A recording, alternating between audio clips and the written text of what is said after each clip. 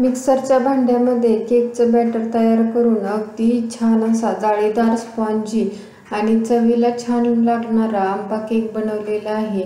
इथे व्हिडिओमध्ये तुम्ही पाहत आहात की अगदी जाळीदार आणि अगदी छान कलर आलेला आहे। केकला अगदी छान असा तयार होतो।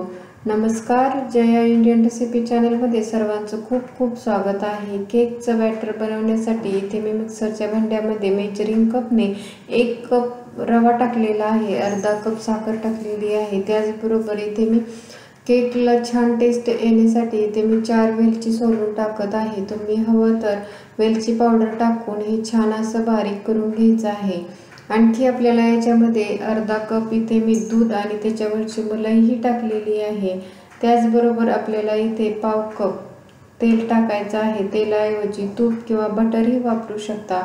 त्याचबरोबर एक पिकलेला आंबा आहे, त्याचा मी गर काढून अशा पद्धतीने चिरून याच्यामध्ये टाकलेला आहे आणि हे अगदी बारीक करून घ्यायचं आहे।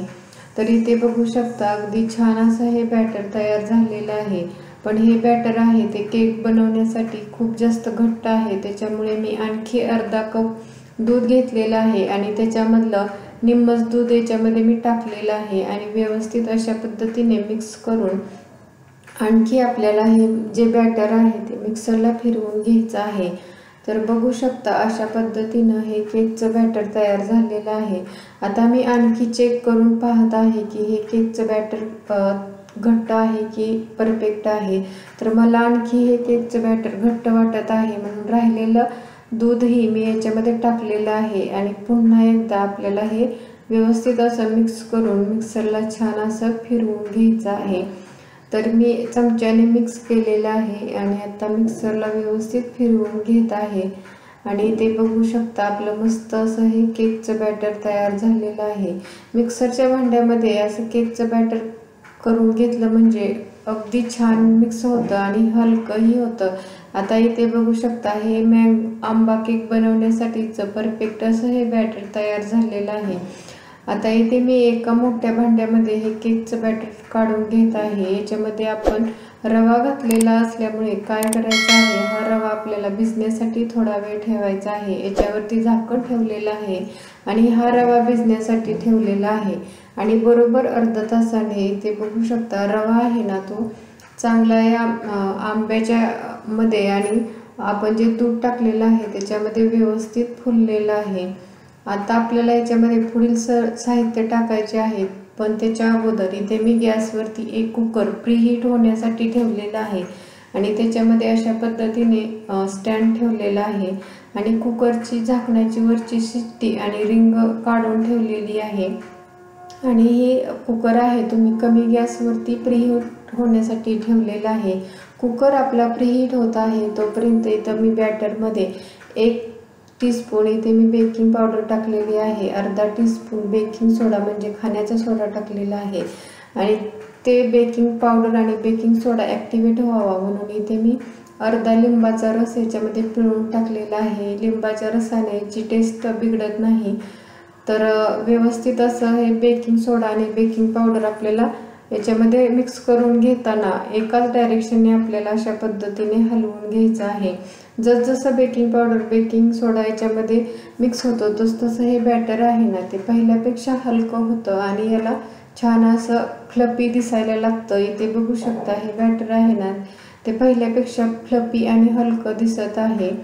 तर आता मी काय करणार आहे, हे जे बॅटर आहे ते आपण केक ज्यामध्ये बनवणार आहे त्याच्यामध्ये टाकणार आहे। इथे मी एक कुकरचा डब्बा घेतलेला आहे, त्याच्यामध्ये अशा पद्धतीने खाली आणि साईडने बटर पेपर लावलेले आहेत।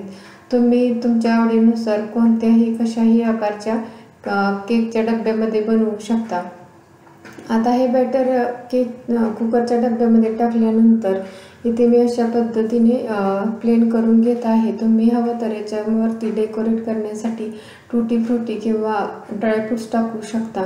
इथे मी अशाच पद्धतीने प्लेन बनवणार आहे आणि अशा पद्धतीने टॅप करून घेतलेला आहे जेणेकरून याच्यातले एअर बबल राहत नाहीत। आता हे केक बनवण्यासाठी इथे मी कुकरमध्ये हा डब्बा आहे तो ठेवत आहे आणि वरती कुकरचं झाकणही व्यवस्थित लावलेलं आहे आणि हा केक आहे तो आपण 45 मिनिटे मीडियम गॅसवरती चांगला बेक करून घ्यायचा आहे। 45 मिनिटे झालेले आहेत आणि हा केक आहे ना तो पूर्णपणे थंड झालेला आहे।